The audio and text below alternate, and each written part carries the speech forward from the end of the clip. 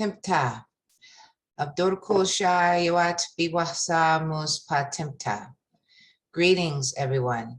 My name is Saaset Taweret Eil of the Atsakata Nation of Yamasee Moors, and it is my pleasure to introduce White Works, which is a group of active autochthons forwarding the work that our chief, plenipotentiary of Turtle Island, Atlan Amexem, Mulan, Land of the Frogs, Magister and Right of the United Kingdom, the Commonwealth, and a planet called Earth, Chief Nanya Shaabu Eil. They do the work of forwarding his documents, creating memes, making videos, and for instance, this Shadow Hour, they will be interviewing Chief on an event that happened at Fort Edmonton Park in what's corporately known Edmonton, Alberta, Canada. This event happened on Treaty 6 territory. The so-called Native Americans in this area, and mostly everywhere we can say, the ones who look like what Hollywood has portrayed as what an American Indian is, has a problem with people with dark skin calling themselves indigenous, and particularly taking it to the level of wearing a war bonnet like our chief does. Some would call this racism, outright racism, being attacked verbally like we were at Fort Edmonton Park this past Sunday, June 19th on the Gregorian calendar, which was Father's Day. More importantly, Chief's coming forth by day, what some would call a birthday. And so it was a celebratory day for us, for him. And some of the so-called Native Americans, the pale beings that deliberately misidentify themselves as Native American, had a problem seeing Chief wearing a war bonnet. We were mostly greeted with positive energy.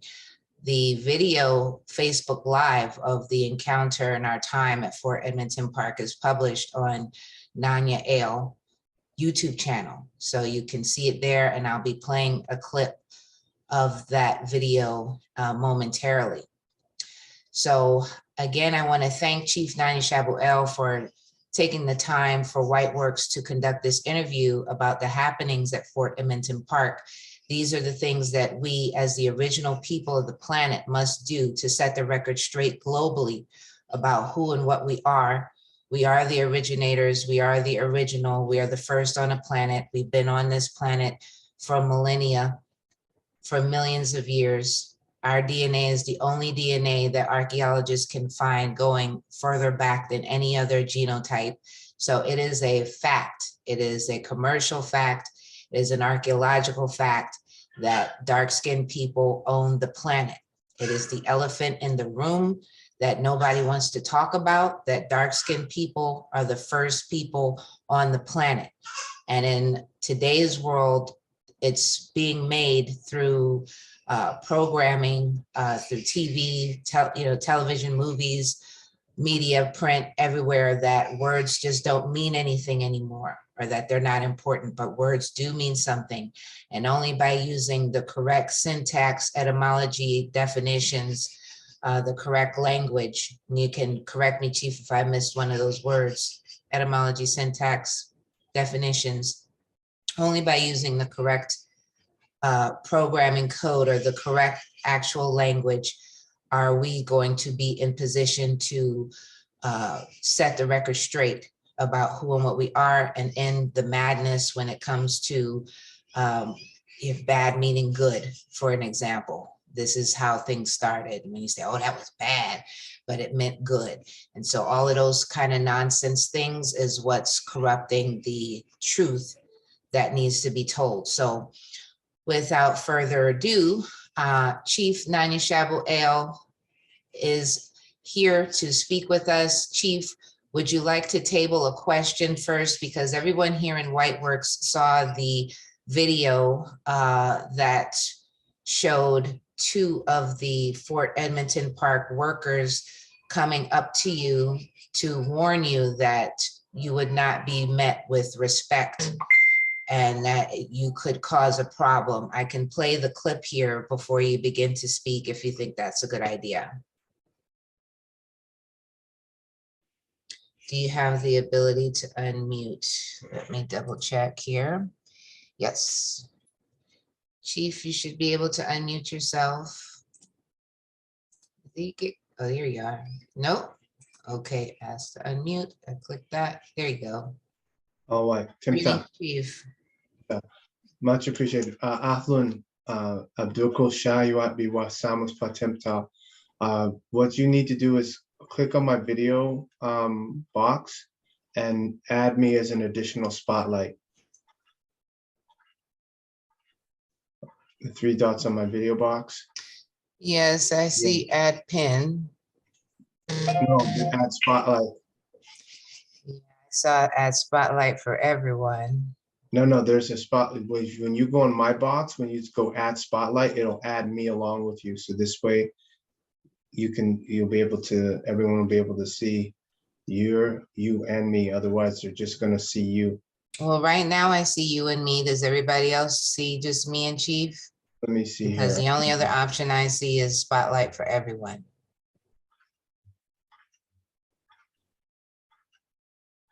So I added. Yeah, try spotlight for everyone and let's see what we get. Because I'm supposed to be able to see, I should be able to see, okay, a spotlight of your video for everyone. Okay, so now go back to yourself and you should add yourself, be able to add yourself as an additional spotlight. There we go. Now, yes. All right, so I think in the interest of time, everyone, because I've gotten phone calls and a couple Autochtons are on here that have, they saw the video. So I would suggest that we play the clip and then stop it, and then we'll go straight into questions. This is more so for the benefit of people who have not seen the video. So you already have it queued up, so just share your screen first and then press play on the video. And I'll mute myself.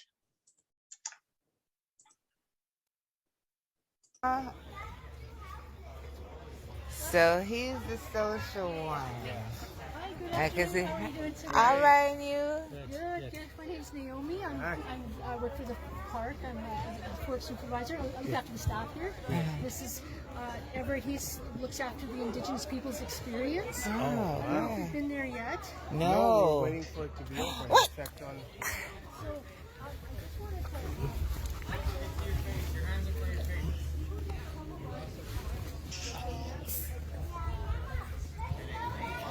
Stop it.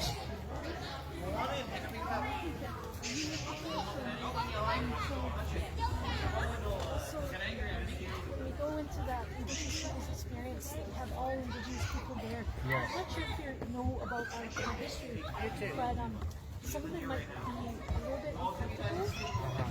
I mean, it's amazing, but it's really right out there. Because of the history of some of our stuff, and we're quite taken aback.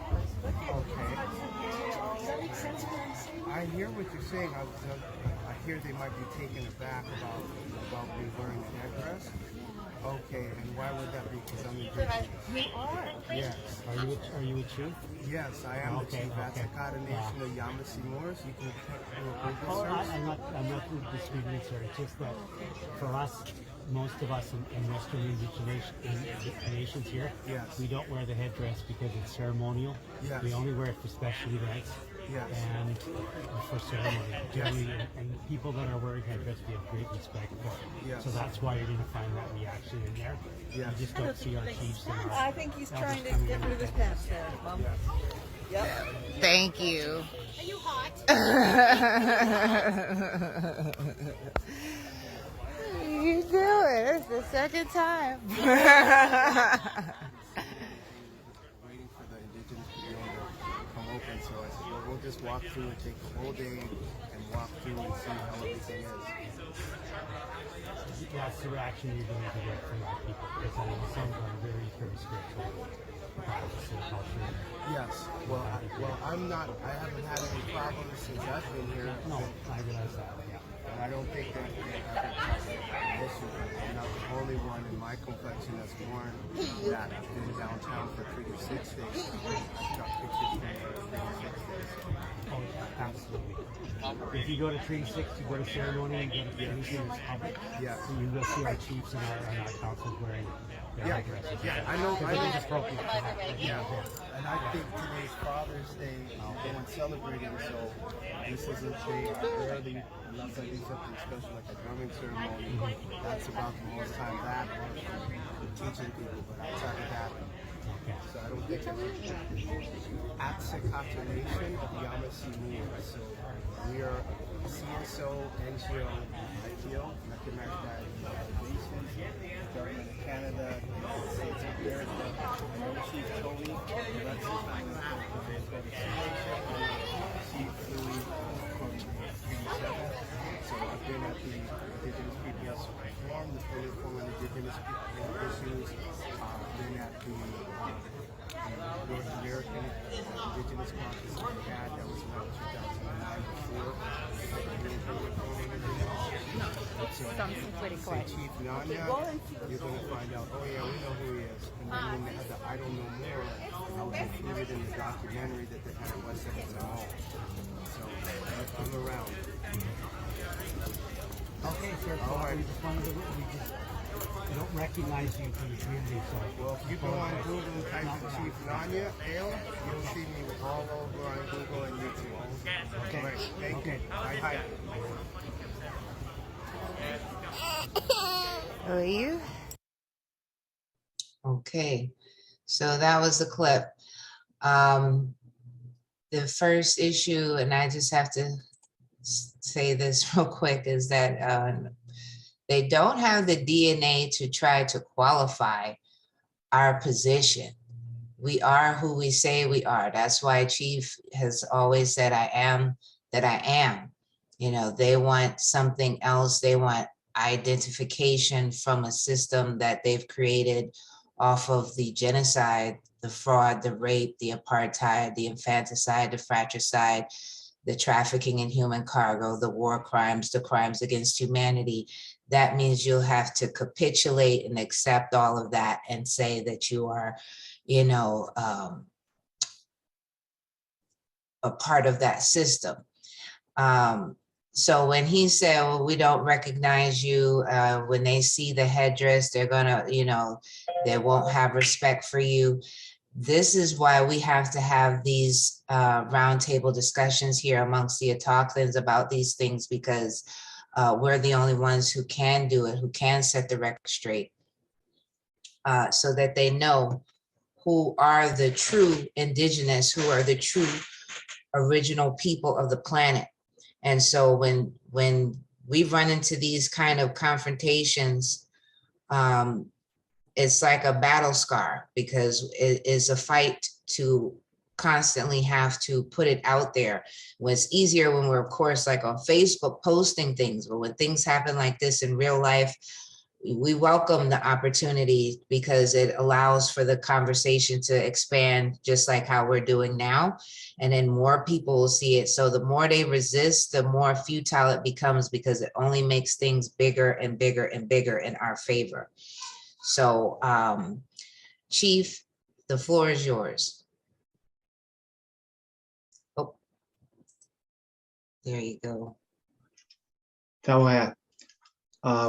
Tim Top, first thing I'd like to say is much appreciated to all the white Autochthons for all the work that you all are doing. I acknowledge all the work that you all are doing.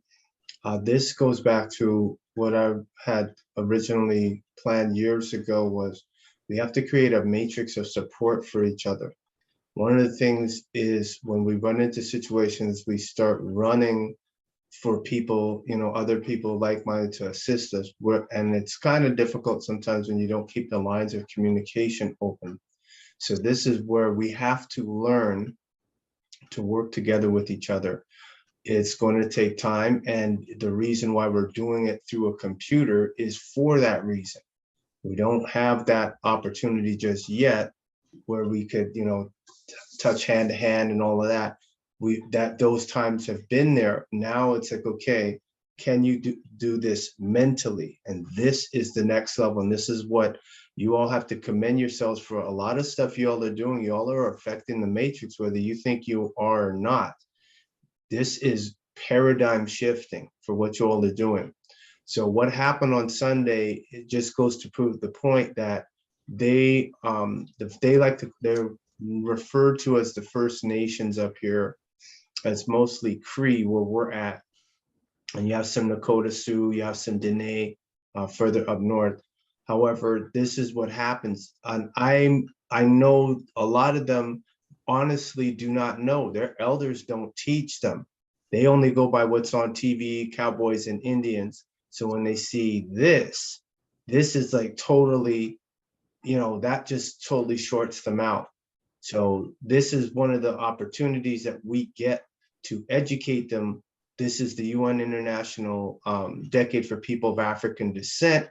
People of African descent are indigenous. And so we can bring that together. We can bring the Native American, the American Indian, all of that. We can pull that all together. Only ones who can do that is us because of our DNA. So I know people have some questions. Let's get right to the questions. I know there's some other things people may want to know or were curious about. So if you have your question or comment ready, you can use the raise hand feature so I can see you there. Or you should be able to just turn your mic on. And anyone who turns their mic on, just make sure that you include them as an additional spotlight. Okay, Adapa, your hand is up. Greetings. Greetings. Rawat. Greetings. Greetings in Antigua. Greetings, Chief. Greetings. One of the questions that I wanted to ask you was how old were those buildings? And when I say how old, I know that from the video, some of the buildings are refurbished, but the year and who would be the main builders in that type of architecture? Okay, so Fort Edmonton, that was a fort set up here. And this was a trading post by the company called Hudson's Bay Company, otherwise known as the Bay for short. So when we first walked in on, right behind me was where they would do the furs, where they would strip the furs. They have another one on the other side of the main entrance, where all the grass was on the other side. They have another area where they cut up the animals, they still do the furring and everything and let them dry out and everything. So where we were at, that was, I guess, the final product. Saw was in there. So you'd have to go back and watch the video because I haven't watched that part of it. And I stuck my head in a couple times, got a couple people wanted to take a picture with me because of it. So it was the Fort Edmonton was the name of the trading post, and from 1795 to 1914. And they were located on the north banks of the North Saskatchewan River in what is now central Alberta. So where you're seeing the body, the outside of the fort, you could tell just by looking at the wood that is old. But then when you look at some of the roofs, you see they refurbished some of the roofs. Some of the roofs were refurbished. So those were French traders. Those were trappers who would go hunt for muskrat and fox and rabbit and stuff, and then they would trade the skins. And what would happen is the First Nations would come and do trading there. So think of it like a marketplace, right? And then you saw where Saw was walking in, you saw some of the places where they would actually sleep in there. So that's why in the video I told her, if you look up at the pole, you'll see they have a great, the Union Jack on the flag there. So that was meaning under British control, and it's still there on the flagpole. So I had planned that when we went there the first time. I said, I need to go back here and dress up and have my war bonnet and have everything and walk out there and then have our constitution. I didn't know what I would bring exactly, but I said I have to do something of significance out there, which I did, which we have, much thanks to Fort Edmonton. They're not really teaching true Indian heritage and the origins. That's why they talk about the creation stories with Great Turtle Island, Mother Sky, Muskrat who went down. Those are all myths.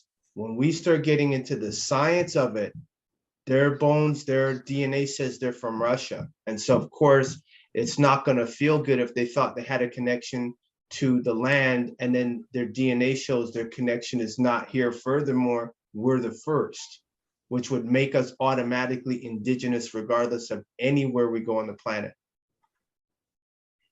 Tawa, Chief. Abacador, Chief. Have you good Door. All right. Abacador. First of devotion. Tower had Ma'at and Ka. Greetings, Chief. Greetings, Chief. Greetings, all. greetings? Greetings. Empress. So my question was, do you think that they could have possibly been projecting due to the ignorance or lack of knowledge of who the true indigenous people really are? Hold on a second. I have Majesty busting in. Okay. So please repeat your question. My apologies.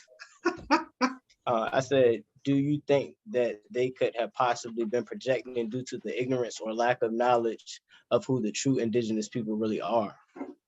Projecting, that's what they were doing. Because the way, unfortunately, the sound didn't come out. I thought the sound would have came out a lot better. See, he knows when the camera's on now. See, same with Ra. Ra's acting now. Ra, they know when the camera's on me. Put the camera on me. So they didn't. I would say this. They're going by what they are given either from the government in Canada, and then you have to read the book called "Behold, Bury My Heart at Wounded Knee." And people who are familiar with the Chief Sitting Bull, they escaped and came all the way up here seeking refuge because they said they had an agreement with Elizabeth. And they were told, no, you have to go back down south, and was forced to go back down south. And that's how Sitting Bull ended up getting captured and put on a reservation. They, as I said in the previous question, they don't know. And you could tell by the body language that they don't know. If they do know, which is going to even be worse, right? Oh, we need that video saw. This is a great question. We got to play that video. There's a lot of First Nations who have offspring with Black people. And the offspring don't consider themselves Black. They consider themselves Indigenous or First Nations. And they said, oh, we always were around First Nations. So now Hollywood is the one responsible for projecting that image, that Hollywood becomes like a satellite, a transmitter, and all the other countries and places just swallow that up. But then when you start looking into the research, like Virginia, right? They said it was Pamunkey, and I can't recall the other, I think Pamunkey and Lenny Lenape.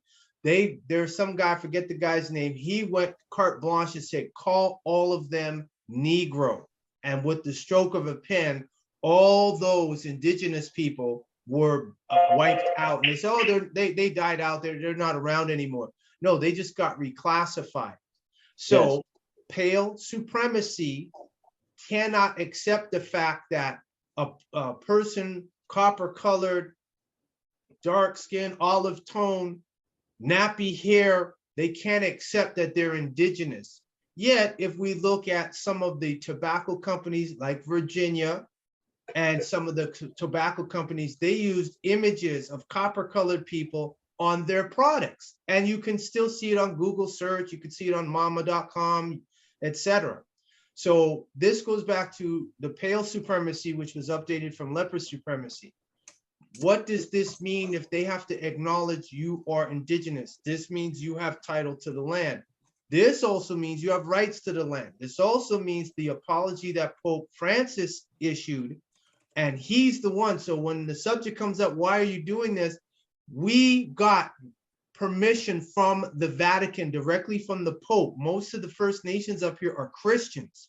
So they've already been spiritually indoctrinated with Christianity.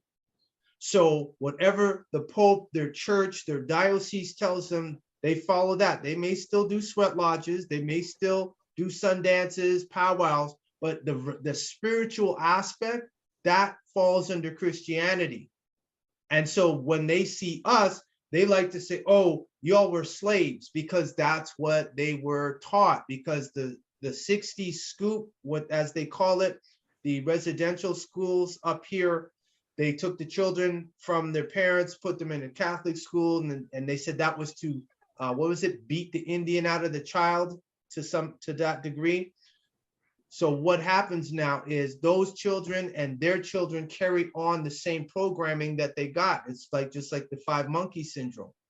So it's our responsibility, all of us, that when we see stuff on the internet, when we see a meme, when we see a post, we put it in there. We don't have to fight with them to accept it. We say, here's the evidence. What you're saying is not validated, and it's not true. And here we have either a geneticist, we have somebody who's a historian, we have ancient documents that show, yes, the slavery trade for Africa, very small, not no 60 million or 6 million or whatever they're saying that died over the Atlantic.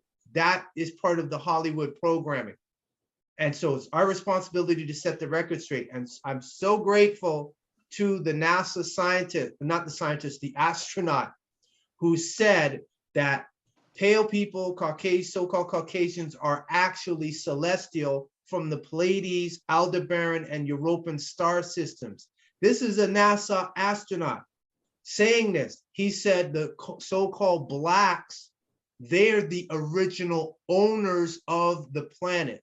So him as an astronaut knows this, NASA knows this, the US government knows this, United Nations knows this. Our responsibility is to keep putting that energy, that frequency, that repetition, that magus, that magic, right? That heka out there, that we're going to keep repeating it, and it's going to change. Do you have the flyer there, Sa? Show everyone the flyer. Yeah. All right. So when we come to the entrance, this is the first thing that was handed to us, which is a schedule of, you know, admission prices and their hours that they're open, a map of the grounds and how to get to everywhere, you know. But on the front cover, we've never seen before, 2 dark-skinned people. Your story fits here. Amazing, amazing image and words. Very, very telling for what we actually met and encountered. Was as if we did not fit into this anywhere for what followed the video that we saw, which is the point of our gathering, is to ask Chief about that, what happened after this video ended. But this was given to us at the front where Chief was wearing his war bonnet. So if they had a problem with him from the point of the entrance, that was the time to say something. They thought that we were part of a group that was, I don't know, somehow above regular admissions. But they could, are you with a group? And then she goes and talks to the next person in line, because we said no. And then she comes back to us, are you with a group? Like a broken robot, just asking the same, like she just can't process. And I also want to take a moment here to show when Chief got the war bonnet that he has, we also purchased this doll, a Native American doll. And you can see she has dark skin. It's easier to see when I turn the light off. Her actual tone is like mine. So they know who we are. And for them, they have to, well, I'll say a lot of them do. I agree with Chief that a lot of them do not know, they're not being taught that. But there's definitely a concerted effort to hide this, yet it cannot be hidden at the same time, because lies are based off of truths, and you have to eventually come back and reveal part of the truth at a time, from time to time, when you've spun a web of lies. So this doll was at the same place where Chief got his headdress from, and Chief, I'll let you tell that part. Yeah, that was Sika Blackfoot territory, just east of Calgary. So if you're familiar, we're just Alberta's north of Montana.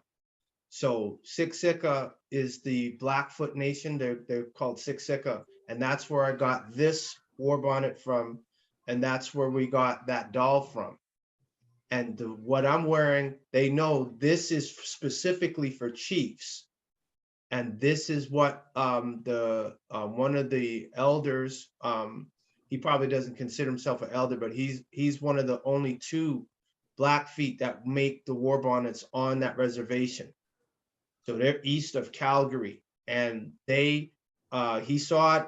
I tried it on. He said, "Oh, this looks great on you." And he said, "Actually, this was supposed to be for a chief or a council member for one of the First Nations, and they said they would get it, and they never got it. So it was just sitting there. So when we went in there, we got that, and we got the doll.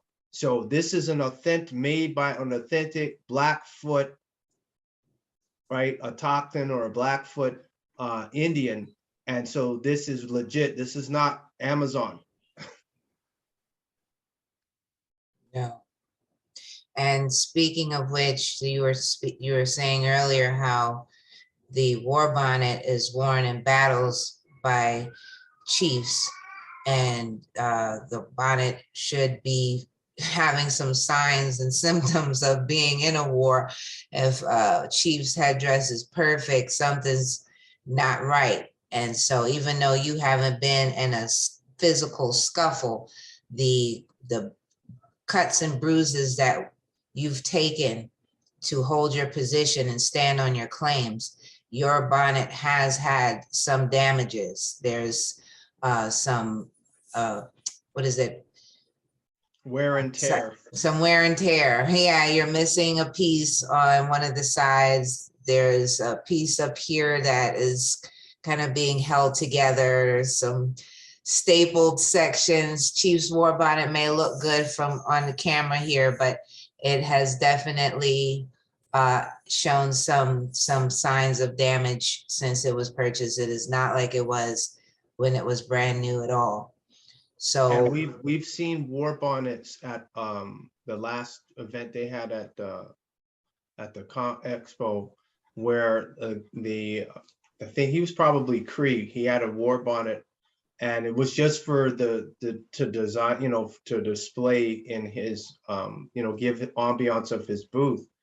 But then you look at that war bonnet, there's feathers missing, things were missing on that war bonnet. So, and I've seen others, I know, like Pocahontas in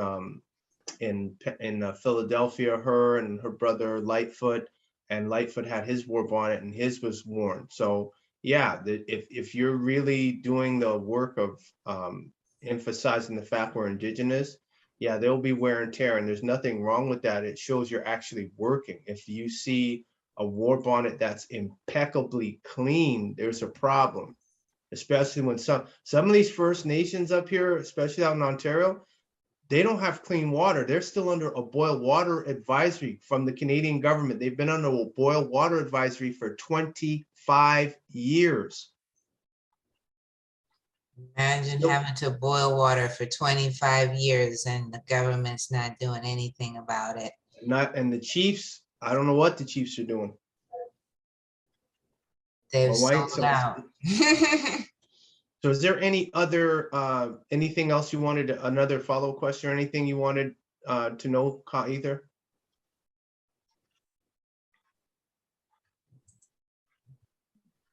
No, Chief.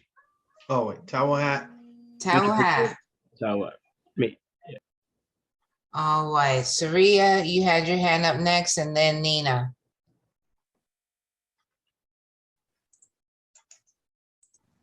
There was one gentleman above me. Let's see who that was. Oh, Guadalupe.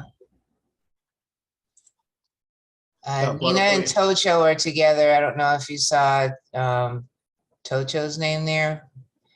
Go ahead, Saria. So my question, Chief, well, I saw the video from the beginning and everybody was really welcoming. They were in awe of your native dress. And then they came up and was saying whatever they had to say, but whatever. My question is, in what year or time period did they start, because you were just mentioning it to him, did they start ripping us out as indigenous or Indian and changing us to Black or Negro? Let me see if I can pull it up here real fast. Virginia was a major one. Virginia Indians changed to Negro because there was one Amorite who was responsible for doing that. Yes, Plecker, that's the guy. If you type in Virginia Indians changed to Negro, it's called the Racial Integrity Act of 1924. As registrar, Plecker directed the reclassification of nearly all Virginia Indians as colored on their birth and marriage certificates. And then this is according to Google. So throughout the 18th century, so that's 1701 to 1799, several tribes in Virginia lost their reservation lands. Shortly after 1700, the Rappahannock tribe lost its reservation. The Chickahominy tribe lost theirs in 1718, and the Nansemond tribe sold theirs in 1792 after the American Revolution. What were the Virginia Indians called? When Europeans and Africans began arriving in what is now Virginia, that's subject to debate because what has been proven is they would take the men and send some of them to the Caribbean, and then some of the men, they would sail them from Virginia and sail them down the coast to, let's say, Georgia, and then say, oh, these are Africans we just brought in from Africa, and then resell them as Africans. This is why, like I said, I don't care to hear what Spike Lee has to say because I can't see how he doesn't see this. If he's a filmmaker, I can't see how, what's his name? The other one, Henry Louis Gates Jr., right? Especially with the DNA scam of Black people swabbing and then, oh, you're connected with a tribe in Africa. Well, look how happy they are. It's not true. It's a lie. And then you have an Amorite who admits that the haplotype of the Native, of the American, or the African American rather, the haplotype of their DNA is indigenous to here. So you all have to start saying you are the indigenous, you are the Native American, and you know, we can use a lot of words. They'll get upset at the word Native American, but when you look up the word Native in the legal definition, it means a person born into bondage. That's what Native means. When you go indigenous, indigenous is recognized as a people that were there from time before, you know, before European conquest. Autochthon is the word they use internationally because that means from the soil. So your DNA can be traced. They're already doing that with some American Indians, and when they're checking their DNA says they are originally from where? Siberia, which is Russia, for those that don't know. So when Europeans and Africans began arriving in what is now Virginia, they met Indian people from 3 linguistic backgrounds. Most of the coastal plain was inhabited by an Algonquin empire, today collectively known as the Powhatan. The southwestern coastal plain was occupied by the Iroquoians, the Nottoway, and the Meherrin. Ooh, this is interesting. What is the Native American word for black? Ooh, wee. Suki is Algonquin for black. Interesting. Very interesting. Ska is Sioux for white. This is all on Google. All of this I'm looking up. Oh my gosh. Very interesting. So it's out there. So we have to use the correct terminology to tie into our ancestors. And then from that point, the magic starts happening. Understood. Gratitude. And then after that, then they got into the $5 Indians.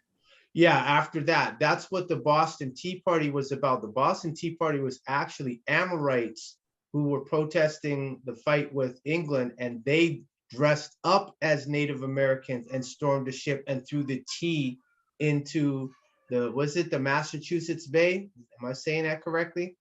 So the question is, Indians wouldn't have cared. Our ancestors would not have cared about tea. Think about this. You're going through all this trouble to get on a boat docked in a harbor, to run on there to throw tea into the water. Could have just waited for them to offload it and then kick it off as they offload it. Makes more sense. So you know that wasn't us. No. Gratitude, Chief. Gratitude. Okay, so Nina and Tocho, if your camera's working, you can be next, and then Onafe and Nuti, I think I see you. Will be after. Who's up now? Nina and Tocho. All right. And I want to play this video. Get that video. I have it. You queued want me up. to play it now? Let's play it right now, and then I'll answer Nina and Tocho's question, because this is in Manitoba. Now Manitoba is just north of North Dakota. So check this out.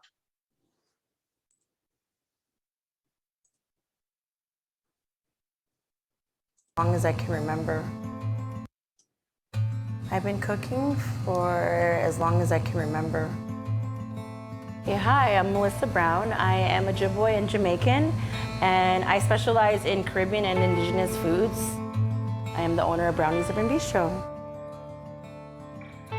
I would say I started cooking full meals at age 7, but my interest in cooking was noticed by the time I was 4 years old, my mom would say. Because I was always like peeking in the kitchen at daycare, always hanging around the kitchen when my mom was cooking, so. All my friends were Indigenous, and if they weren't Indigenous, they were half Black, half Native like me, and there was a lot of us growing up in the West End. So, but we all seen each other as Indigenous because our mothers were Indigenous, we were culturally raised Indigenous. Yeah, we had brown skin, but we never identified as being Black kids. We were, Indigenous kids. Sometimes I would get experiences of like just comments from my friend's mother. Like I had friends, but they weren't allowed to play with me because I was Black. And I always felt like, I'm Indigenous, like what do you mean? And it was funny because my mom would teach us certain phrases in Ojibwe.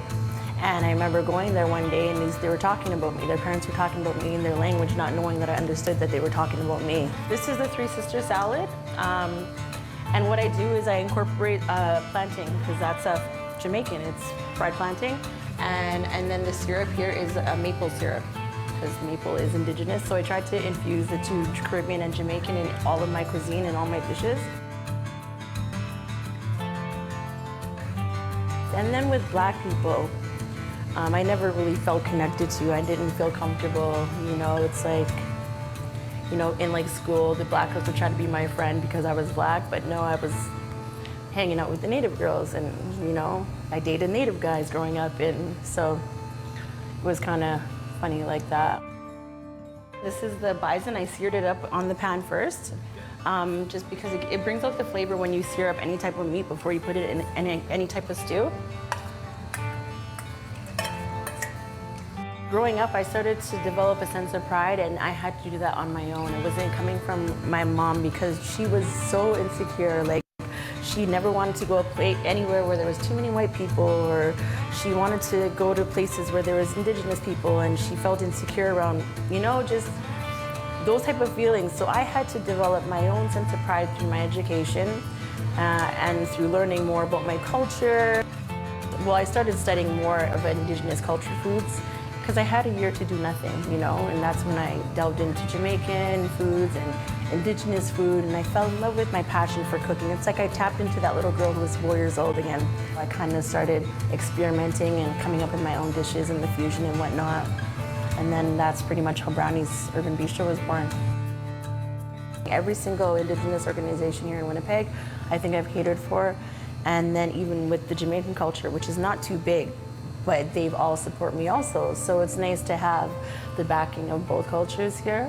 And I think they support me too, because I'm very open to with the process of getting to where I am now on my social media, and I think they appreciate that, the realness in my journey, because I keep it real from the ups to the downs to the highs, the lows, the tears and whatnot. And it's been a journey literally from the time I started Brownies Living Bistro to now. And I think people really appreciate that, and that's why I get the support that I do.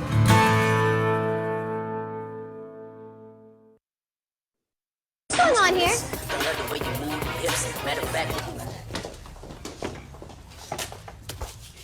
What is this? All right.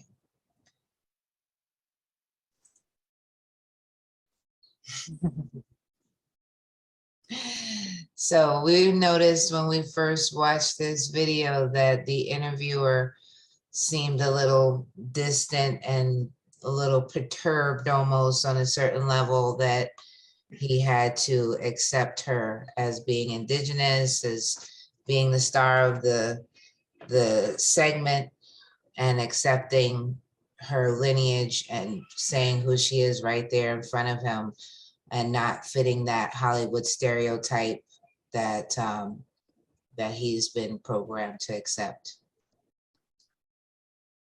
So what do you all comments on that video?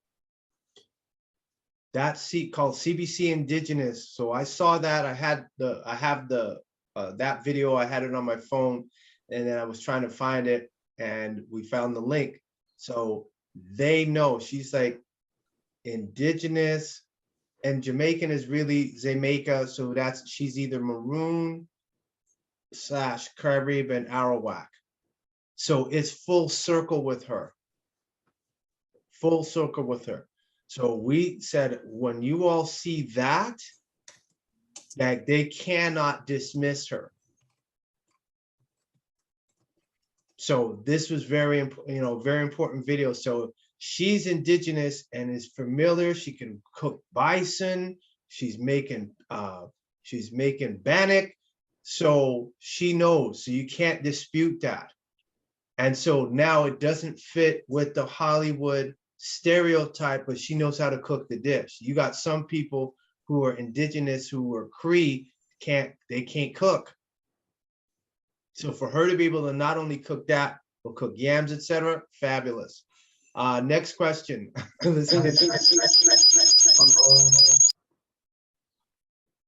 Yeah, if you're on more than one device, that will happen.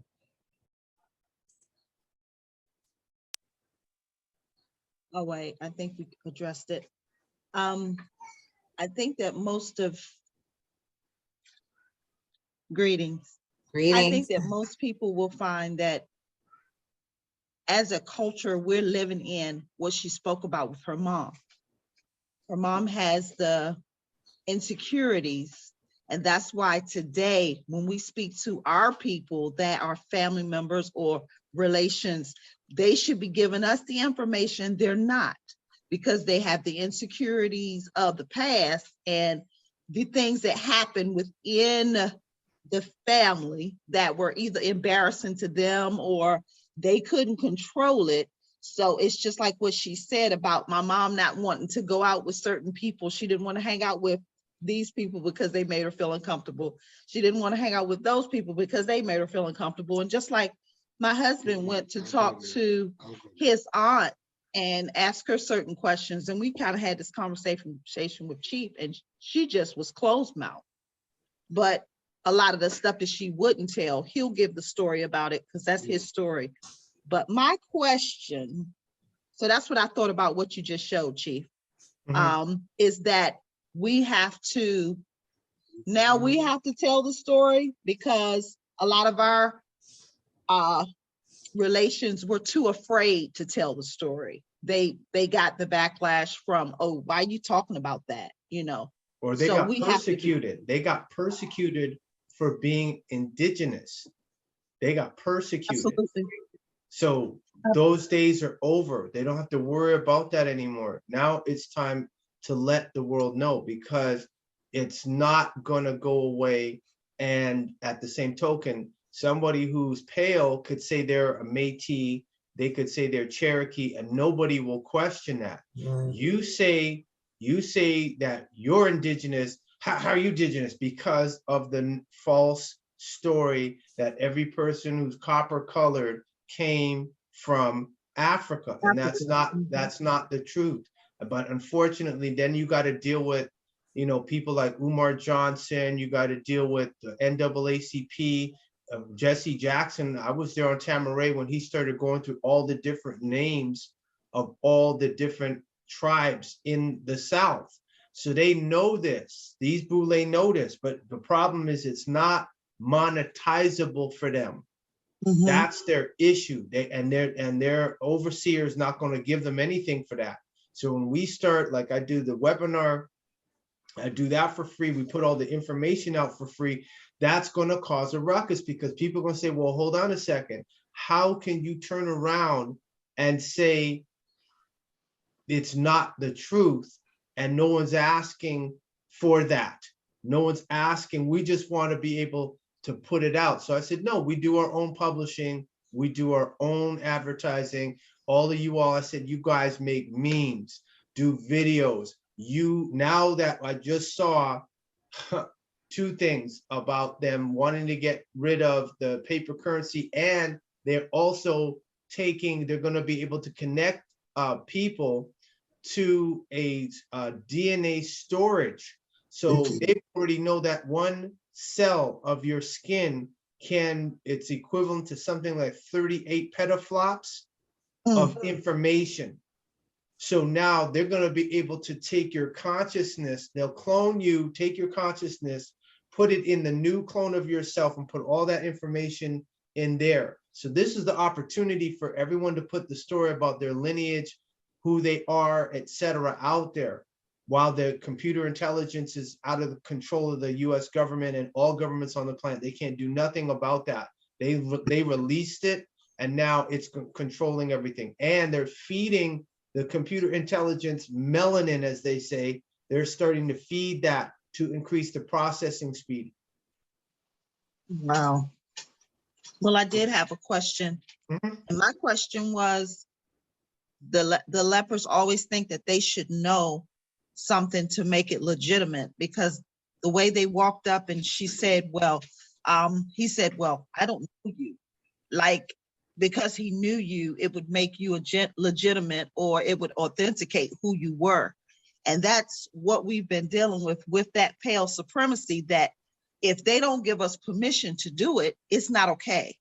Well, we don't need their permission, number one. Number two, up here in this province, as they call it, which is on Treaty 6 territory, which goes from here to Winnipeg, to the video that you saw with the Ojibwe Jamaican girl. That's how long, that's like 3 provinces. So that's going from Idaho to North Dakota. That just gives you an idea how much land was involved in that treaty. So with that, in this so-called province, the previous premier said they will accept the UN Declaration on the Rights of Indigenous Peoples. So him being an elder, he should know, ought to know, must know, I don't need his permission. I don't need his validation. The UNDRIP says self-identification as indigenous or tribal is a fundamental criteria. I was up at the North American Indigenous Peoples Caucus in 2009 before they went down and had the UN Permanent Forum on Indigenous issues. So I'm very well aware of what changes were made prior to the UNDRIP being ratified. So we don't need to do that. You all need to put your autochthonousness, your white autochthonousness out there.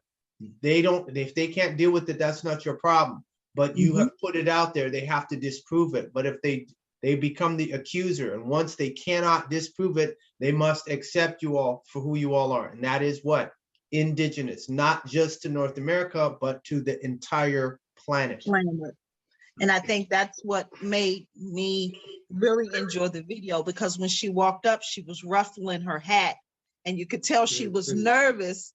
And she was like, well, why did you think, I thought you were going to offend people. And she said, well, wearing that dress is going to offend the people. And the way you responded was you didn't have the level of nervousness that she had. So it kind of put her in a place of discomfort, because you came back with a rather confident explanation, and they had to walk away and tuck their tails between their legs and get away from it. So I thought that was very good to see. How did it make you feel when she thought you would offend people by wearing your war bonnet? Well, she had to say what she had to say what she had to say. Like, she really wanted to say, you know, would you mind taking this off? But she knew if she said that, now we get into a human rights violation. We get into a violation of the UN Declaration on the Rights of Indigenous People. So the elder realized she couldn't win. So he says, okay, are you a chief? Because that's the trap, that he knows this is the headdress of a chief. So if I say I'm not a chief, then he said, well, you can't wear that. And he would have probably tried to do that. But then when I said, yes, I know Chief Tony Alexis from the Nakota Sioux Nation. I know Chief Leroy Good Eagle from Treaty 7 Siksika Nation. I met both of them at the Nakota Sioux Nation for the UN Permanent Forum on Indigenous Issues, North American Indigenous Caucus. And they even had an indigenous Indian from South America even came all the way up here. So I name drop. And then I told him I was in the documentary for Idle No More, which they had a protest at West Edmonton Mall. I was there and I got interviewed and I was in the documentary. So I don't need your recognition. I'm telling you, call Chief Tony. And because he's not only the chief of Nakota, now he's a grand chief, and he knows me. I knew him before he became the chief, before the previous chief at Nakota Sioux. I know him. Plus his brother, they were recording me, hearing what I had to say, doing interviews. So they're familiar with me. They know who I am. So, Chief, so he's an elder of what? Of who? Probably the Métis. That's all I can do is speculate at this point. But I'm saying, pardon? He looked more pale to me than anything. Well, I'm not going in that direction because I know they can't win that. See, and they come with the emotion. And this is what I'm telling you all, leave the emotion out of it, because he was anticipating, I guess they thought I'd get emotional. And if I got emotional, it would have said like, well, if you're being emotional, then you really aren't indigenous. And so I was just simply saying, well, until you really hit any of those buttons, like, well, indigenous people look a certain way or whatever, then I would have been able to whip out, let's set the record straight, or our constitution, and show them the pictures, say, okay, can you please explain to me why the Blackfeet look this dark, or why Professor Raffiness said there was never a red Indian in North America? Never. He said the only time they were red was when they wore paint. The rest of the time, dark curly hair, thick lips, broad nose, looking like the Hottentots in Africa. This is Professor Raffiness, 1828, Saturday Evening Post. So all of those people, professors, historians back in that time, they were familiar with who the indigenous were. They know that. We got pictures in our Autochthon treaties. Everybody should print that off in color, the Autochthonous Treaties Volume 2, because it's got all the pictures in there from the Pacific, the Caribbean, showing copper color, olive tone, dark skin, curly hair, all of that. It's there. So that's something you all should use. And for those that don't know, and then we'll move on to the next question. For those that don't know, the US, the Native American American Indian Museum in Washington, D.C., they have a copy of my Autochthonous treaties. Oh, okay. Well, we need to go take it. The curator, they have it. It was put in the hands of the curator. They have it. And then the African American Museum, they have the Constitution or the Vatican treaties. What was the museum you said has it? The African American Museum, right? I have to confirm with Dakota. It's been years, but they took pictures when they went up there. It's on Facebook. They Okay. gave the American Indian Museum, the National American Indian Museum in the United States in Washington, D.C. has my Autochthonous Treaties Volume 2. The Vatican Treaties, the African American Museum has my Vatican Treaties. All right. So Chief, they one last already, thing. and that goes to the US government. So either they put it in the US Congress or they put it in a vault and said, we gotta keep this quiet. But the pictures are there. Dakota and Amaruka had went there and they gave them that, so they know. So that means if they know, the Canadian Indian Affairs They have to know too. Minister, they'll have to know. Yeah, exactly. One more thing before you go, because you were talking about the name change of the Indian. Now, I was doing some research on that as well, and I'm not, correct me if I'm wrong, but I think it was 1876 when they started doing the paper genocide, when they changed the name from Indian to mulatto. It could have been before that because there's the 1740 I think it might, I got Negro my Act. years wrong. There's the Negro Okay. Act of 1740 and then 1840. So between Okay. 1700 and 1800, that's when they started changing and putting, instead of putting Indian or Powhatan or Pamunkey, they would say, okay, make them Negro. Okay, here's the picture. So there's Dakota on the left here and Amaruka on the right. So they went there and see, they're wearing their war bonnets. Ain't nobody went took offense or anything like that. And is that the White House they're saying this for rent? That's the White House, yeah, because of the lien that I have on the White House. Uh-huh. All right, all right. See, so that's the African American Museum, and they went in there. People were taking pictures with them. All right. So this is what I mean. You got to let the world know who you are. Tell the truth, though the heavens may fall, as they like to say. All right. All right. Y'all And are Chief- right there. Y'all are near Washington, D.C.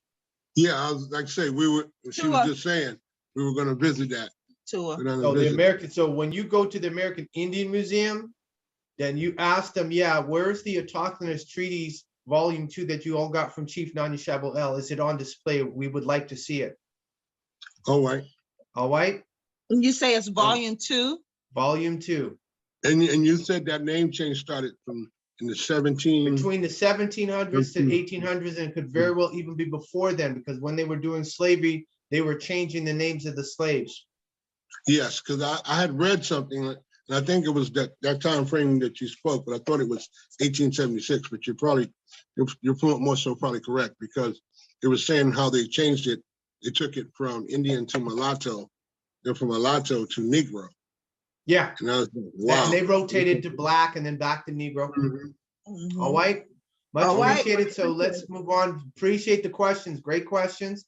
Who's Thank you. next? Either How you doing? Guadalupe, who's next? Okay, Onafe is next, and let's be mindful of the time that we had set aside. for our This is meeting. special. I understand. This is Okay. special. Yeah, This is let's let special. everybody else know. Okay, Nuti, go ahead. Okay. Oh, Onafe.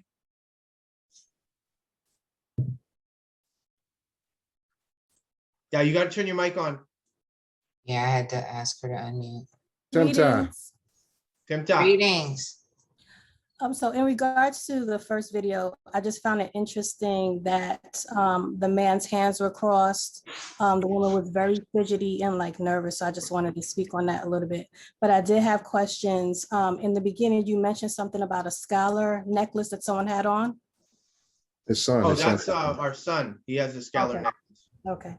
Can you just explain a little bit what that is? Oh, that's negative ions. So that's scalar energy. So if you look up scalar energy, it's not linear, it's circular. And so that's good for healing, helping the cells. It protects against cell phones. So if you get any kind of scalar necklace, like I have one that's made from the volcanic, his is more metal. And so that's what you wear for cell phones, any kind of a EMF frequency. There's other products out there that are pretty good too. So everyone who has a cell phone or laptop, you should be getting that shungite. You could definitely get shungite or you can get the other one, the black tourmaline. That's what you need to do to help protect your body against the EMFs. Now, as far as her coming up, she wasn't sure. That's why she was nervous. If she was confident, that wouldn't have been an issue, but she was nervous and wasn't sure because, again, we went through what? The admission. So if there was a problem, that's where they should have did it, was at admission. Right. And since admission didn't have a problem with it, nobody had a problem. We walked through the most of the park and no one had a problem with it. People on the streetcar waving at us. And I know people were sneaking pictures of me from off in the distance. So what's the problem? The problem is it points out that Fort Edmonton and the indigenous area is in the back next to the fort. So when you see me in that main area of the fort, if you look to my left, which would be your right, and there's an exit point there, they have the indigenous pavilion there. But there's no Indians walking the street because they get volunteers to dress up in the 1900s, 1920s, 1800s with all that little house on the prairie clothing, but there's no Indians and you're on Treaty 6 land. So that was probably embarrassing that we're walking there through there, indigenous, and indigenous people used to leave the reservations or where they were living at and would come into the city because they want to get supplies and things of that nature. So they would be in a town, in a small town. We could watch any old Western and they'll show you, oh, there'll be Indians at the bar. There'll be Indians walking down the street, Indians at the grocery store, or they come in as a group shop. And then, you know, because you got, you know how it was back in the day, it would take you half a day to get there. So when you get in there, you hurry up and shop and then, okay, it's getting sundown. We need to head out. So there's no Indians at Fort Edmonton Park walking the street. Now they do have some Métis that were showing how they were doing skinning and things of that nature, but not what we had. And that's why she said, you know, what you're doing, it's out there. You know, people will think, this is what she said, you may not have heard it. She said, people will think that you're with us, that you're with the park. So, you know, you're just out there. So essentially like tone it, you know, could you kind of tone it down and dim your shine? Well, see, here's the thing with the war bonnet. I'm gonna break it down and explain this. The war bonnet is symbolic of the sun. You have the Kachina dolls in South America that have the same type of headdress. That is representative of the sun, illumination, brightness, shining, glistening. So we're going out there and we're got everybody, so beautiful, so wonderful, everything.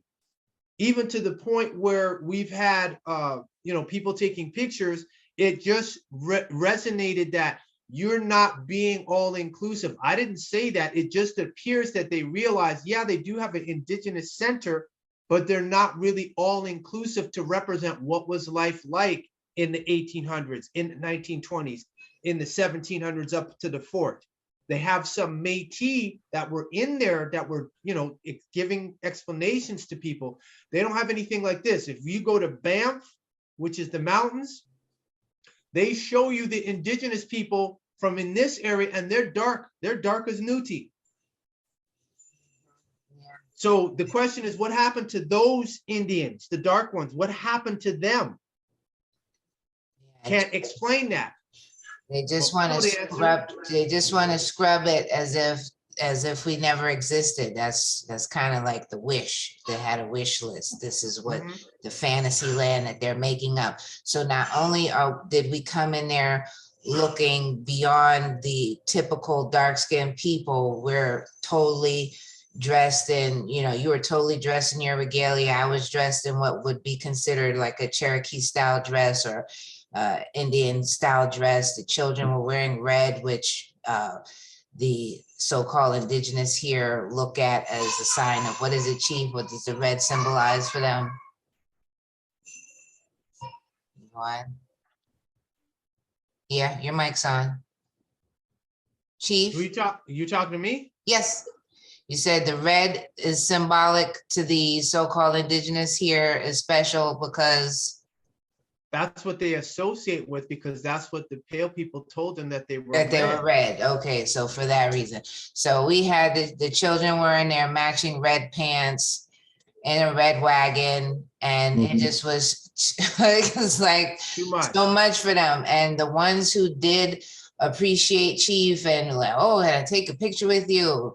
Look good. And there was one who actually said to us, we know you're the real ones. That's what one Amorite guy said to us soon before we left the park. There was go ahead. They know. Oh, yes, yes, they know. So he was the one who gave a full acknowledgement of that. And I look at all of the other Amorites who asked to take a picture with Chief as being aware and acknowledging that. The ones who smiled at us is aware and acknowledging that. They know that we're the real ones. And I look at it or perceived it as a sense of relief, because if you're like beating up a baby, that's easy. And that's what it's become for these Amorites with Black people. It's not even fun anymore because you know you're going to win. So when they see someone like us, it's like, okay, we didn't completely whip them. And there's some of them left with some knowledge of self. It's like a relief of guilt in the sense, like they didn't do all the damage to every single one. So it's like a relief of their conscience in a sense. So I appreciate those who acknowledged us and gave us positive energy and interaction that day there at Fort Edmonton Park. But there was one in particular who did not, which was the point of having this interview. Are you finished with Can we finish up the questions first? Yeah, this is the questions first. Yeah. So one more question. And then we can get I to know that. in the beginning of the video, you mentioned like a corporate birthday versus a spiritual natural birthday. Can you just kind of touch on that? Yeah, easy. Corporation, right? Most of you I'm training, most of you all know, the birth registration is significant of the death of the child. The child, it coming from the mother is considered a birth, like in maritime.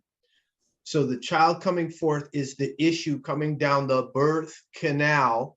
And then the manifest is the registration of live birth showing, well, this is the property. The mother becomes the informant, meaning she has a contract with the state or the province as it relates to that child, and is technically selling the child over to the state or the province. They'll let you have all the liability, but not the asset, meaning, and what's the asset side? The commercial aspect, the SSN, the trust, all of that. They're going to keep that, but give the parents the liability. So I have been telling Autochtons to stop celebrating your birthday based on a corporate date of birth, because you're still tying into that frequency. And if you identify with that, then you're not really shifting yourself out of that frequency, because that's dead. Even though they say, you know, certificate of live birth, they're talking about a maritime issue. They're not talking about being alive. And there's a video by the attorney. He wrote the book called Beyond a Reasonable Doubt. He said birth certificate is not valid proof of identity because you weren't there, or this is what your parents told you. So how is that your contract and you didn't sign anything? He was on Johnny Carson and said, no, that's hearsay. Birth certificate is not valid enough. That's hearsay. And that's late 1960s. So I'm telling, Autochtons to tie into the etherealness. You don't have a restriction for celebrating.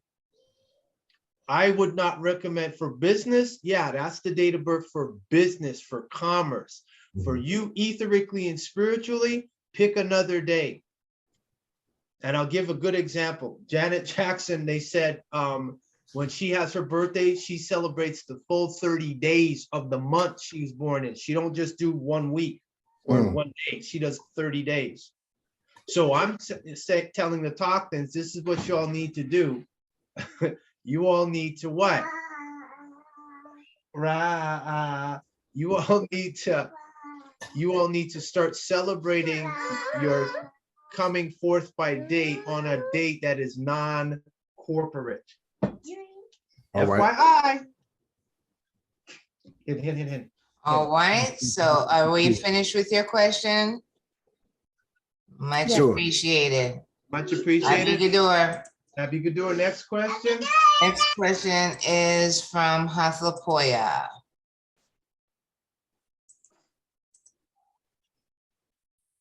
Right, Chief. Right, sir. Rawat. All right.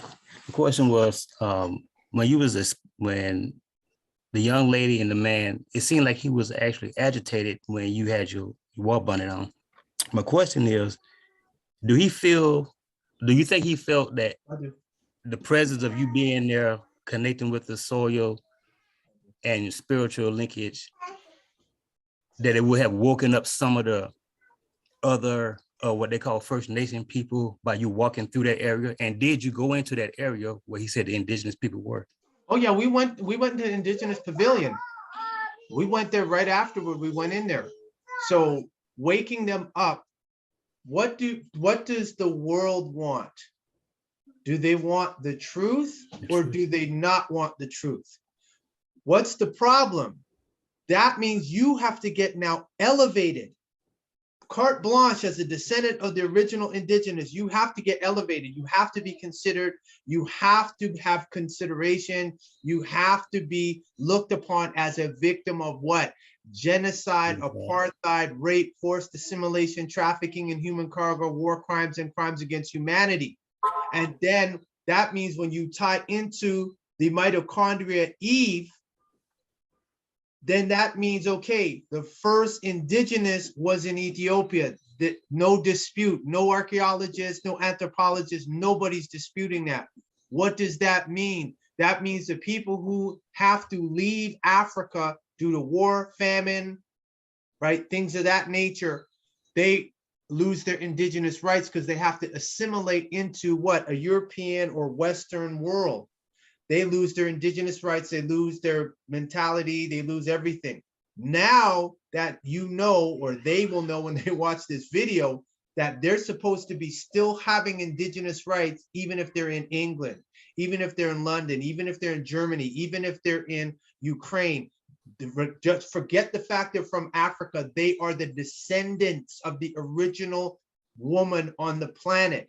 So that goes beyond corporate rules and dictates. They now have to what? Consider it, accept it, and comply with it because they have what? The United Nations Charter, the UN Declaration on Human Rights, the UN Declaration on the Rights of Indigenous People. So that's something that is going to start coming out, and it'll probably come out when the decade for people of African descent is over, because you know how slow Black people are. So when it comes out, they'll realize they should have been doing this 10 years back in 2014 and they didn't do it. Now they're going to be running scrambling. So we'll see what happens by that time. But that was an old Amorite pale woman, and that was supposed to be an elder.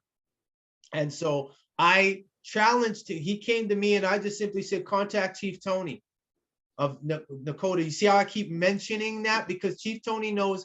They had a event at Enoch Casino. Saw and I were there for indigenous tourism. We were there for that one.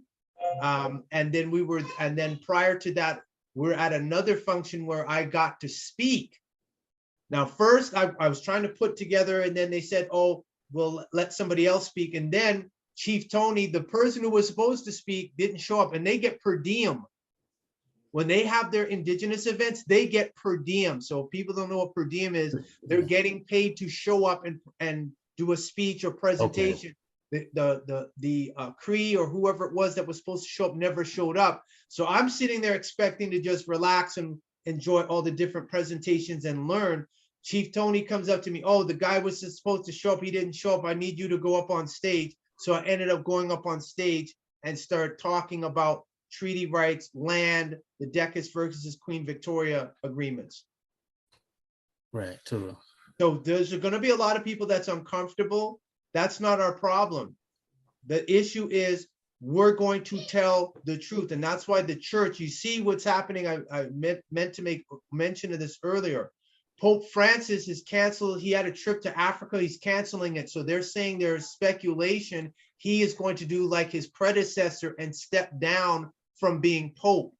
That's two. I knocked out the box. Yes, you did. Yeah, too. Two, because Pope Francis, I wrote Pope Francis a registered mail. I have it. It was opened up. They opened it up from the side. They signed for it because the Vatican has their own post office. And then I heard nothing. Then the Vatican proceeds to cover the address to Pope Francis to hide the fact that this is where the letter was. It was in Italy for about 2 or 3 months before it got sent back to me. Now he's potentially going to what? Resign. And he's supposed to be up here next month. It's picture. Oh yeah, let them see that picture. That when they put that picture up, I said, there we go. I accept your apology. So the Vatican knows who Atsakata Nation is. They know who we are. They know who the Anunnaki are. They know the Anunnaki are on their way back. Yeah, I think that's what he was feeling when you was there. He was nervous about it. He know who we are, who you are, Chief. Yeah, they know who I am. He know. They know that's why who he didn't I want you to. But yeah, they know who Atsakata is. They know the UN reports that we've gotten done, and so we're saying we have a right to self-determination. The government of Canada invited me to the 2013 UPR event that they had in Switzerland, but of course they sent it to me, 2 days before you could catch a plane to fly over there. So I'm like, why would you guys send this to me 48 hours before the event? And you guys knew months in advance because they have to do their scheduling. Why didn't you tell me before? So I said, okay, fine. But it's an official invite that I got from the government of Canada. So government of Canada knows. True. It's just you all are not going to fit the Hollywood stereotype of what an Indian looks like. Not our problem. Hollywood needs to stop lying. That's their problem. That's why they love to tell stories and not give you all confirmed facts, which is in the book, Let's Set the Record Straight. True. So that was magical that we had that and our Constitution at Fort Edmonton. That's it. It's written in eternity now. Yeah. True. Let's see who's next. All right, Chief. Rawat, much appreciated. Great question. It's Guadalupe. Yes, Guadalupe. Yeah, you got to turn your mic on.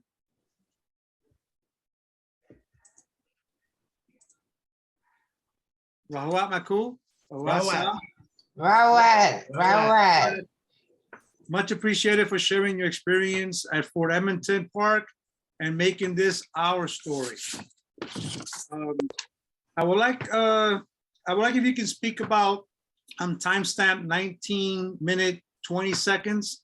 When I found it interesting, you said you saw spiritual council and needed to come out to Fort Edmonton Park to set the record straight. You had Todd's going to play it. Todd's going to play it.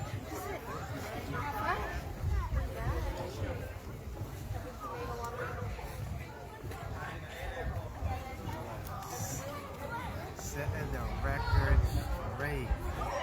On June 19th, coming forth by day, I went to speak at a spiritual council, and they said I needed to come out here to confirm my wish to come out here. So set the record straight. We have our Constitution at Sakata Nation and Yamasee Moors. So this is a precedent on Father's Day. Fabulous. Okay, stop it here. Absolutely fabulous. All right, so your question about coming out. Now, when we went out there the last time we went out there, we've never been there before. It was wonderful, really enjoyed it. It made me think of, what was it? Westworld, the movie Westworld with Yul Brynner. It made me think of that movie. So I said, hold on, it's like we walked into a different world once you hit the gates there, and people walking around in old clothes. There was a band that was playing the day we went. So they were playing some old jazz some jazz they were playing. And so I said, I need to come back here and go all the way to the at the beginning, which is the fort, which is where it started, and then it progresses to modern times.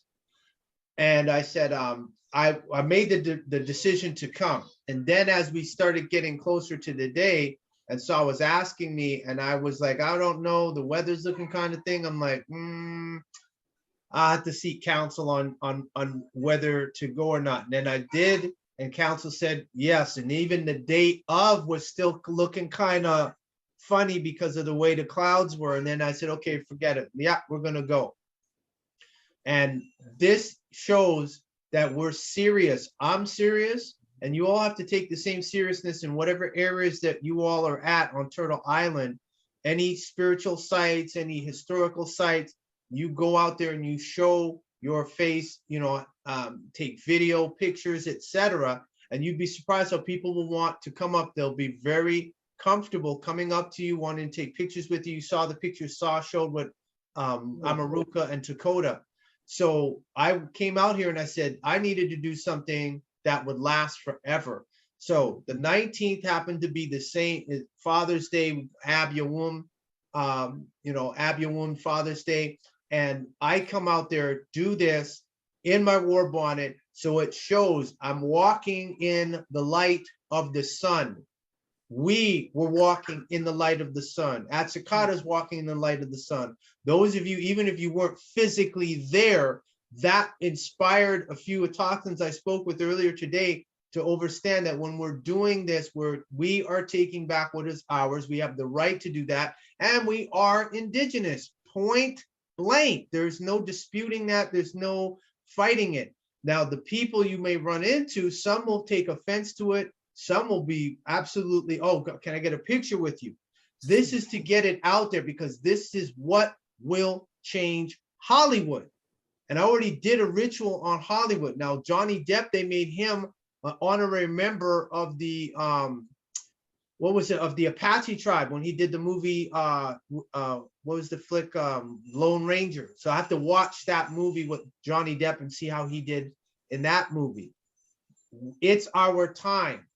And the time is now, and the UN said we could do it. The biggest one, the biggest advocate we have is Pope Francis. So for those of you that have the certificates of achievement on there, Pope Francis said, I encourage the downtrodden to change the world economic order. So when they ask, well, who said you could do this? Pope Francis did. Jorge Bergoglio, he said we could do this. He apologized to the indigenous peoples of the Americas. He didn't say, I apologize to the American Indians or the Native Americans. He said, I apologize to the indigenous peoples of the Americas. And my intervention from 2005 and 2006 is on file, where I had to tell some of the delegates that came up from South America, they act like they run the UN in New York. So when I did my intervention, I said, listen, just because I wasn't born in a foreign country, don't speak a foreign tongue, does not mean I am not indigenous. And then I had to tell them the Aztecs, the Mayans, and the Incas, they are the children of the Olmecs. The Olmecs were here first in the West. This is documented. Dr. Ivan Van Sertima's book. They came before Columbus. So after I did my intervention, an elder from one of the South American delegates, she came up with her hand out and shook my hand. So that was an acknowledgement that we have to tell them at the UN or the Organization of American States or any other type of council or meeting group where they want to have, you know, dialogue with different people. We ask, when are y'all going to start telling the truth that the people who you call Black are actually white? They're actually the descendants of the original indigenous people on the planet. When are you guys going to start doing that? Oh, you're not going to do it because you have an economic interest that's at risk doing that. So guess what? We'll save you the trouble. We'll do it. Now, when we do it, they can't get mad because they have to disprove it, which they can't because their own geneticists know this. That's what the Cheddarman picture, Elizabeth is not royal. This is what the first Briton looks like. Oh, nope, that's it. They want to say they're Aryan. No, Aryan is Hindu. So they can't even claim that. They are Aldebarans, Pleiadians, and Europans from those star systems. Thanks to that NASA astronaut admitting and saying that we are the original owners of the planet. So you got to have commercial claims out there if you want to get your land and planet back. I'm the only one that's got a lien on the Vatican, only one on Elizabeth II and the Rothschilds. Yet I got more coming behind me. So if they think I'm a problem, they have to acknowledge the others that I've opened the door for. And this is what's happening. And so between the Vatican and the US Pentagon knowing that the Anunnaki are coming back, that Nibiru is coming back, playtime is over, game is over. That's it. We have to tell them. So that's why I said I'm gonna go to the fort, because this was the main, or one of the main outposts for what they call the city of Edmonton. I said, that's where it all started. I'm gonna go there and do that energy on the 19th. Today is the 19th on our calendar. So for those that have time after we're done, you got to do some rituals and some offerings and some magic. Also today, for as far as the Corporation of Canada is concerned, this is Indigenous Day, National Indigenous Day in Canada. So this video that you all on Southern Turtle Island, Northern Turtle Island, this will now be a precedent. It will be for eternity that on Canada Indigenous Day, Indigenous peoples asked the chief of Atsikota Nation questions about what happened, why he was being accosted subtly, because that's how they love to, they're very subtle up here, subtly accosted for wearing a war bonnet, when the UNDRIP says we have the right to self-identification, we have the right to self-determination. And we show the video of the Ojibwe and Jamaican, or Jamaican, because that's the correct syntax, girl who said, yeah, she grew up Indigenous and she knows how to cook and make bison and all that stuff. The guy who interviewed her, he wasn't happy about that, but he couldn't say nothing, because when the truth comes out that we are the mothers, the truth is already out there. It's going to take time for it to sink in. We are the mothers and fathers of all on this planet. That's it. Game over. They have to comply or face the consequences from our extraterrestrial family, for lack of a better word, or relations that are in the skies right now observing. Cool. Much appreciated. Much appreciated. Much appreciated. So I want to ask you, Chief, to please tell us what happened after the video. As you said, but okay, what happened after the video? Yeah, most people, when we went back to the Indigenous, we went to the Indigenous Center. As we were leaving to leave and leave the park, he was probably Cree, came by and saw me in the war bonnet and said, you need to take that off. And then he starts screaming. And he was like, that's our culture. You stealing our culture, da, da, da, da. And he started getting all upset. And I said, I am Indigenous. And he said, no, you're culture vulture, da, da, da. He started arguing. So we continued walking. And he made such a stink that all the people around were seeing what was going on. That's when I realized what the elder was saying, that there would be some people that would be upset. But I know Apache up here, he was a boxer and he knocked out Leon Spinks. For any of you elders that are familiar with Leon Spinks, he's up here and he is with like Samson Cree and them. He's hanging out with them. They basically have adopted him and he hangs out with them. He socializes with them. They don't socialize with me, but they socialize with him. And he had that picture, if everyone remembers a picture of me with my tarba on, and he had his own war bonnet that he made. He had gotten a problem saying, you can't wear that. And then he started telling him, this is who my family lineage is. And so then the guy got up and left his beer at the table and walked away. And I said, yeah, because he knew he had no right trying to tell him not to wear his war bonnet. Now, his war bonnet was handmade. He did it himself. He did everything. His whole regalia, he did himself. So this is the issue. I like authenticity. And so Sa was the one who said, you need to get that. And so we got it. And so now there's no debate. There's no arguing anymore. So what is happening, and I deduced that they had a meeting yesterday that all the Cree, not the Cree, the Métis, and if there were some Cree there, they had a meeting about what happened. They will see the video and see that when we went to the Indigenous Pavilion, it said that we have to listen to people with an open mind and an open heart. So instead of asking me, who are you? What is your indigenousness?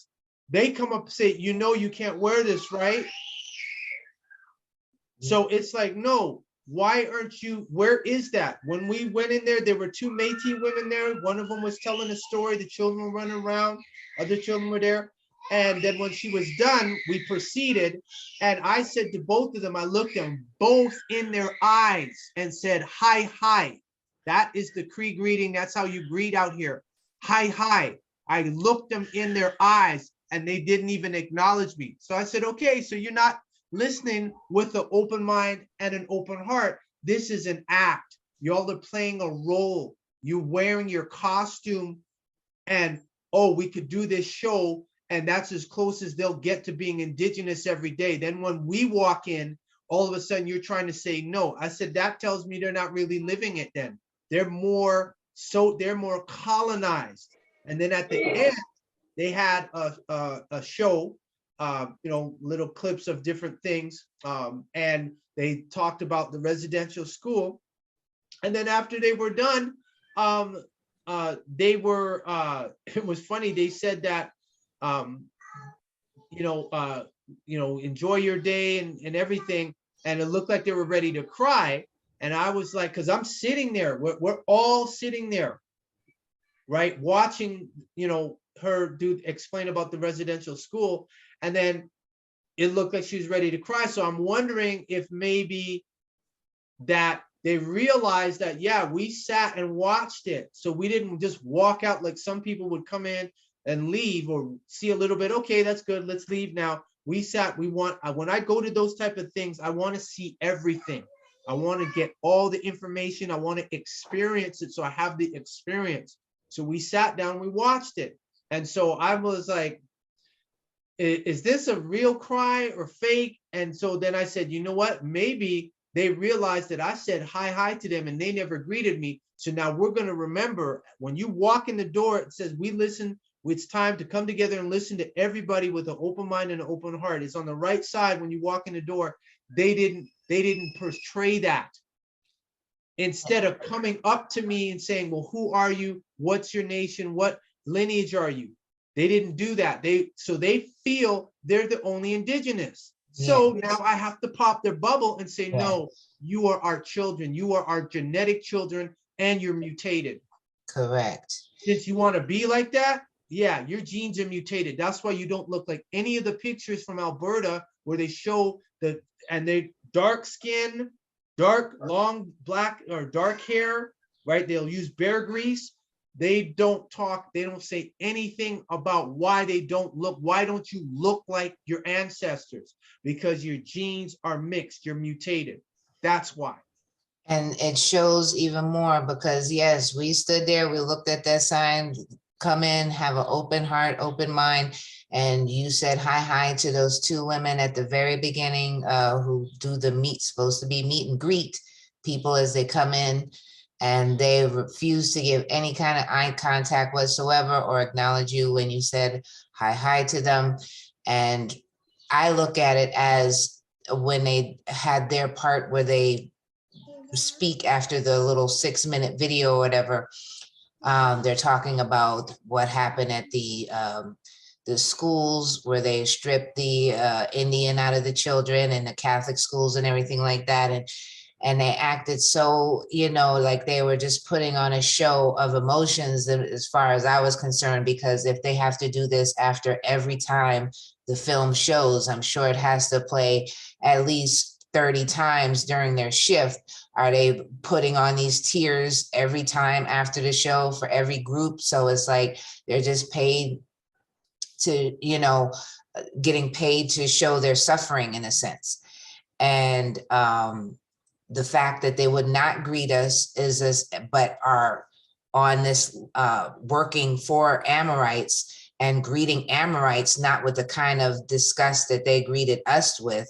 They're accepting of their so-called oppressors. They want them there. They have no problems with them being there or working for them. But somehow our presence just disrupts their happiness on the plantation, their delusion on the plantation, where they fit into the plantation. And so, you know, that is still our problem. It's a commercial fact that has to be realized. I want to show everybody also this modern woman. I won't call her indigenous, because as someone not even, I would say 23 years old, had the audacity to speak to Chief after this ride. She's the one in the orange shirt. So if anybody knows her, they can let her know. She's on YouTube. But she was the last one who met us with unkind or bold disdain for a chief wearing his headdress. So this was after the man at the Indigenous Pavilion. He screamed down the place. He was so loud, we could hear him from so far away. Oh, I'm hurt to my heart. Oh, you can't wear that headdress. Our forefathers died, you know, over that and stuff. All these kind of things he was saying. And I remember thinking he was, you know, very loud and boisterous, but he carried the same energy as those two young women who were working at the Fort Edmonton Park and the Indigenous Pavilion on June 19th. They were the silent, he was the loud, but the energy was the same. And I know that that man screaming was an embarrassment even to all of them, even though they were thinking it, to see it in that, you know, clear, boisterous profanities, everything that he was throwing at us from a distance. At one point, I thought he was going to walk back. He was walking back toward us. Chief thought the same thing too. It was like, you know, just keep walking, because it's as if he wanted a physical altercation. He may have been drinking. It seemed like it. That's the kind of way that people who are drinking get, just very loud, boisterous, outlandish. So it was a verbal attack. And we left there, and Chief noticed that on our way from the pavilion where that incident occurred at Fort Edmonton Park until we got over here at the beginning of the park, they have this amusement park section. There was a guy with a notepad, a carbonite, and he seemed to be like some kind of would-be undercover Secret Service or something. We think he was watching us to make sure that we made it there, we made it out of the park safely. So we saw him right before we entered the park here. And then that's when we saw the man who told us, we know you're the real Indigenous. And we think that maybe he witnessed what happened down at the pavilion where that man verbally shouted at us. And so after we saw him, then we went and or passed him by, and he said that to us, Amorite man. Then we went on this ride, and this woman here in the orange shirt, she told me after the ride was over, she was like, oh, I like your hair. Or maybe she said it before the ride to Sambina, telling her that she liked her hair. But then as I'm getting Sambina situated after the ride, I don't see, but she starts talking to Chief. And what did this young girl who can't even be 23 years old say to you as a man and twice her age, more than twice her age, Chief?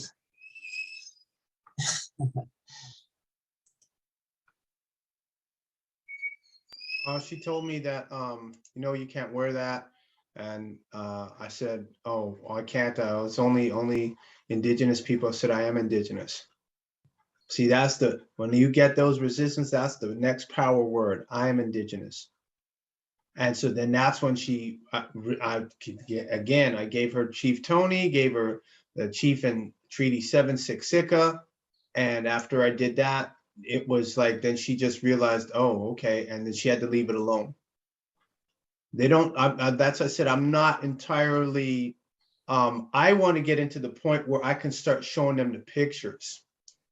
See, that's how you know when if they really want to get into this, and I start showing the pictures and showing old letters from the 1800s describing what the indigenous people, the Native Americans, or they called them the Black Indians, that's the type of stuff that I want to say, okay, this is what these guys say. So now, can you explain this? If they can describe them, who are you? Why don't you look like these pictures?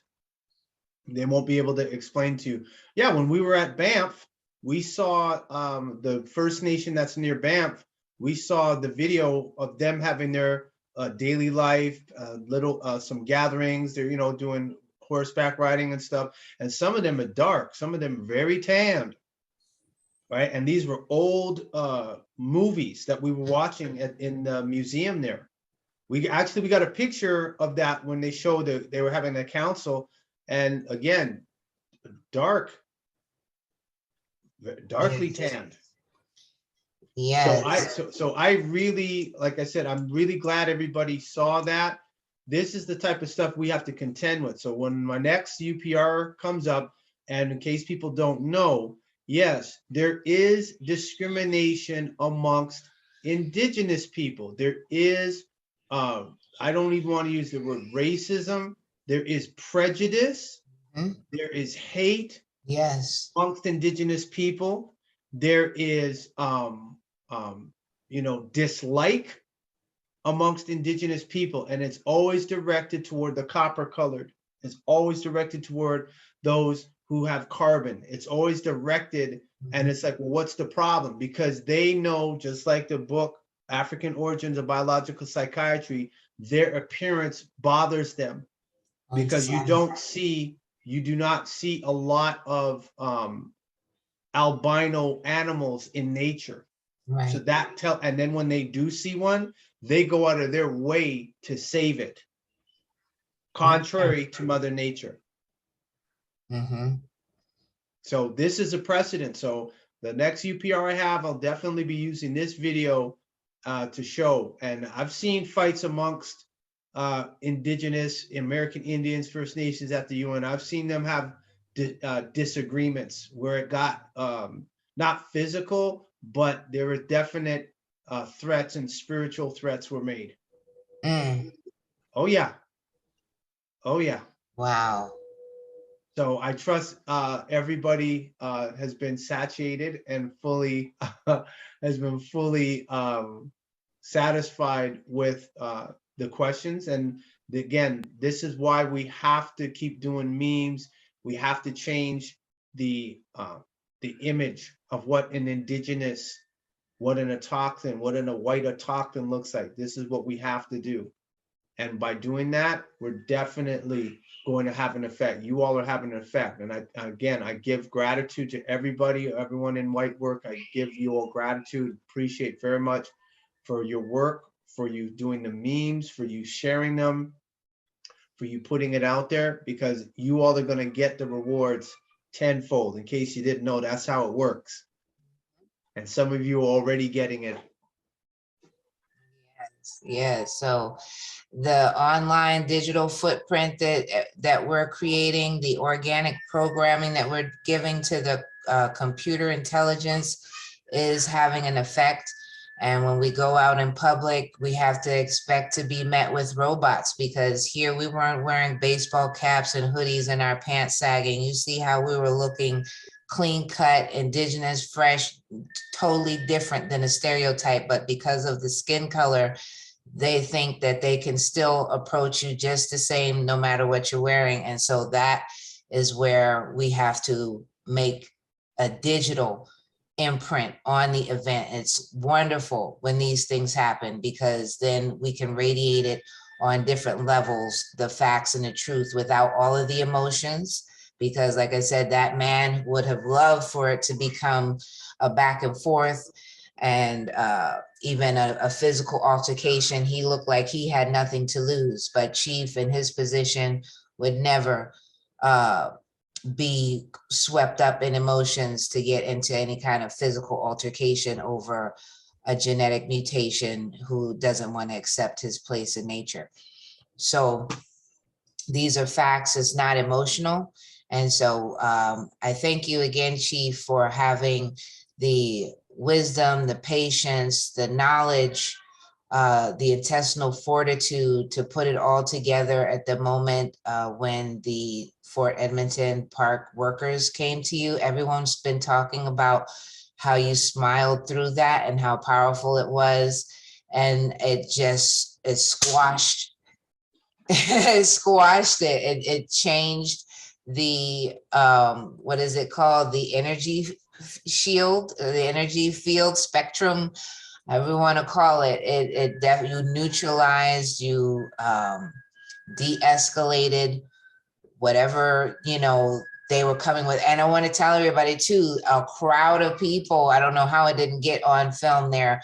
I just I didn't span to the right enough, but a crowd of people came up behind those workers to see what were they saying to Chief. And I think that they were more so on the, I know they're not going to ask him to leave the park type of thing. Like, I know this isn't going to be like some you need to leave situation. Like, that's the energy that I was feeling from the people. Like, they were coming to make sure that nothing happened to Chief.